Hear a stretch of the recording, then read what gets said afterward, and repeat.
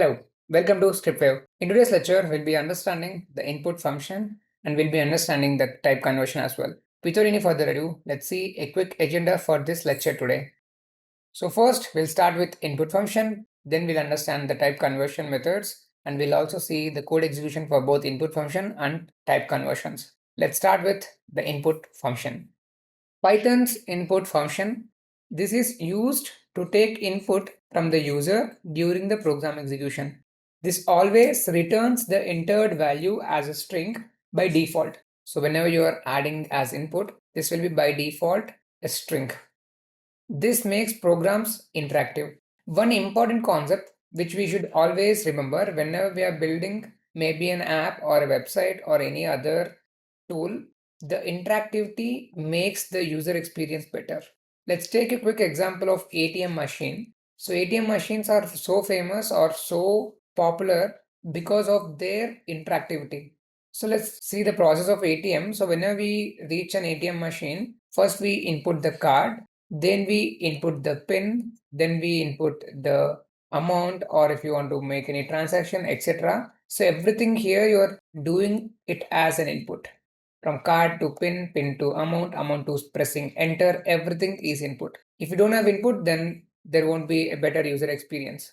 So which is the reason we are starting with understanding the input function, which is making our programs interactive. The code is very simple.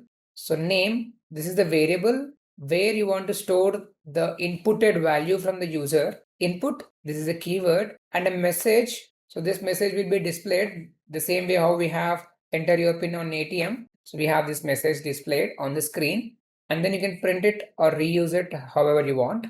So this is string input. So by default, we only input the strings. We don't input any other data types. However, if you want to input an integer, we convert it when needed. So here we have the age is a number. So here we are taking the input, which is a string, but we are converting it into an integer using the int of operator. So this is type conversion. And now we are printing it age plus 1. Let's move to the type conversions. So here we have two type conversions. One is implicit type conversion and explicit type conversion. Let's try to understand both. Type conversion is the process of changing one data type into other. So this will be common. We might be having the variable stored in a string, then we convert it to integer, or from string or from an integer to a string. So we do all these operations, or maybe list to tuple, etc. Everything comes under type conversion. The implicit time conversion is performed automatically by Python. Let's see the quick example here.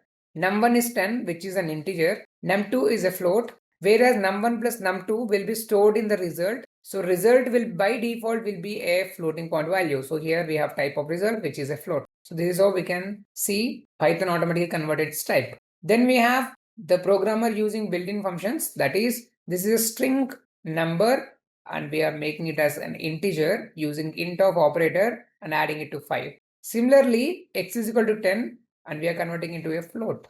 In the same way, we can convert maybe a is equal to 10 to string. So print str is a keyword of a. So this is how we can do the type conversion and picking the input. Let's see the program now. I am moving to PyCharm. Let's create a quick file here. Python file 02.py input function type conversion. Enter. So let's see that input function. So a is equal to input, enter a number, print type of a and print a. We are checking the type and we are checking the value as well.